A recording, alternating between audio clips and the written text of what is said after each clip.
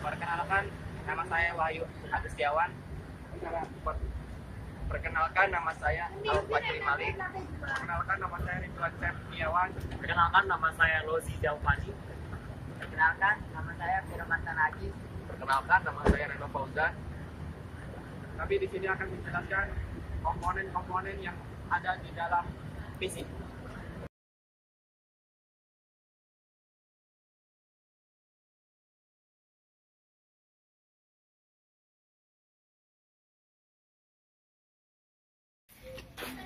Oke, jadi komponen pertama yang akan saya bahas yaitu motherboard atau yang biasa disebut MOBO. Nah, fungsinya untuk menampung komponen-komponen elektronik yang ada di dalam PC.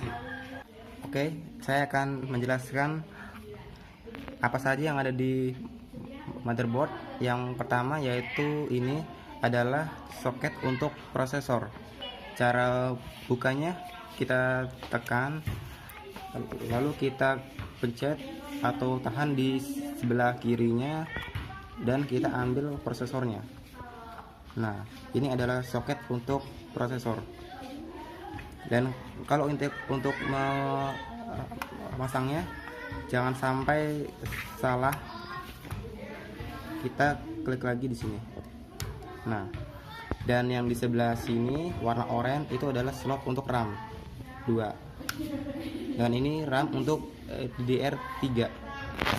Yang di sebelah sini itu adalah slot PCI, bisa untuk VGA, dan di sini adalah PCI X16. Kalau yang di warna putih ini yaitu slot AGP. Di sebelah sini audio, di sini ada untuk USB, dan di sini ada front panel. Nah, kalau yang warna biru ini dan putih ini untuk konektor daya di PSU. Di sebelah samping sini itu untuk back panel yang akan dihubungkan di dalam PC case. Kalau kita ingin menghubungkan ke RJ45 USB, kita tinggal di belakang PC case itu. Nah, di sini ada bulatan warna putih, ini adalah baterai CMOS yaitu atau baterai BIOS di dalam motherboard.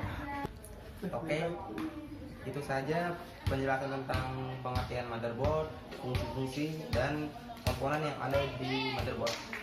Selanjutnya akan dijelaskan oleh Ridwan Septiawan untuk komponen lainnya. Saya akan menjelaskan apa itu CPU, Central Processing Unit. Teman, ini yang dinamakan dengan CPU, Central Processing Unit, atau kita biasa disebut dengan prosesor. Prosesor salah satu komponen inti yang terdapat dalam CPU komputer. Sebab jika tidak ada prosesor, kemungkinan perangkat komputer tidak dapat bekerja sama sekali. Oleh sebab itu, banyak yang menyebutkan bahwa prosesor adalah otak dari komputer. Semua proses maupun perintah akan dikerjakan pada prosesor, meskipun masih dengan bantuan komponen-komponen lainnya. Di sini saya akan menjelaskan kipas CPU. Kipas CPU berfungsi untuk mendinginkan prosesor agar tidak panas berlebihan. Saya sudah selesai menjelaskan dua komponen tersebut, dan yang selanjutnya akan dijelaskan oleh Aji Malik. Teman, di sini saya akan menjelaskan bagian keras dalam komputer ini. Salah satunya hard disk. Hard disk itu adalah suatu perangkat keras atau hardware yang ada di dalam komputer ini atau CPU. Berfungsi untuk menyimpan berbagai data yang ada di dalam CPU atau komputer. Ini akan dijelaskan oleh teman saya yang bernama Vino. Teman-teman, di sini saya akan menjelaskan tentang LAN card.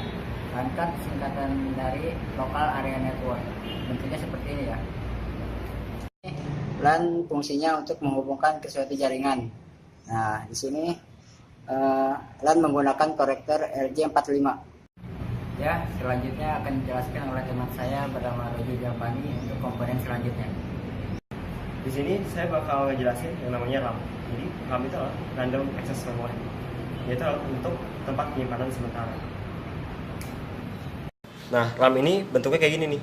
Dia adalah tempat penyimpanan sementara. Jadi, fungsinya untuk menjalankan semua aplikasi atau program yang ada di komputer, dan semua program komputer itu bakal jalanin pakai RAM ini.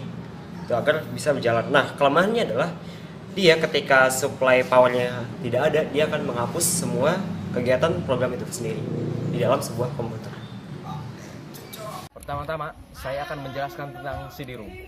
CD-ROM atau Compact Disk Read Only Memory adalah sebuah perangkat keras pada komputer yang berbentuk balok.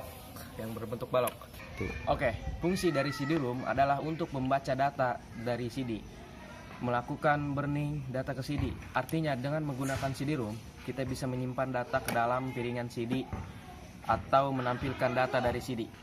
Oke, sekian dari saya. Terima kasih. Oke, komponen terakhir yang akan saya bahas yaitu PSU atau biasa disebut power supply, berfungsi untuk membagi daya ke komponen-komponen elektronik yang ada di PC. Nah, jadi selain berfungsi untuk membagi tegangan arus listrik ke CPU dan lainnya, PSU juga berfungsi untuk merubah tegangan DC menjadi AC untuk menghubungkan komponen CPU, hard disk, RAM, dan lain-lainnya. Nah, ada juga nih bagian komputer yang juga dalam cache-nya. Nah, cache ini tempat penyimpanan berbagai hardware komputer yang terdiri dari motherboard, ada card juga, ada hard disk, ada power supply, ada juga VGA. Ya, sekian dari bapak kami tentang penjelasan komponen yang ada di dalam komputer. Kurang lebihnya mohon maaf. Wassalamualaikum warahmatullahi wabarakatuh.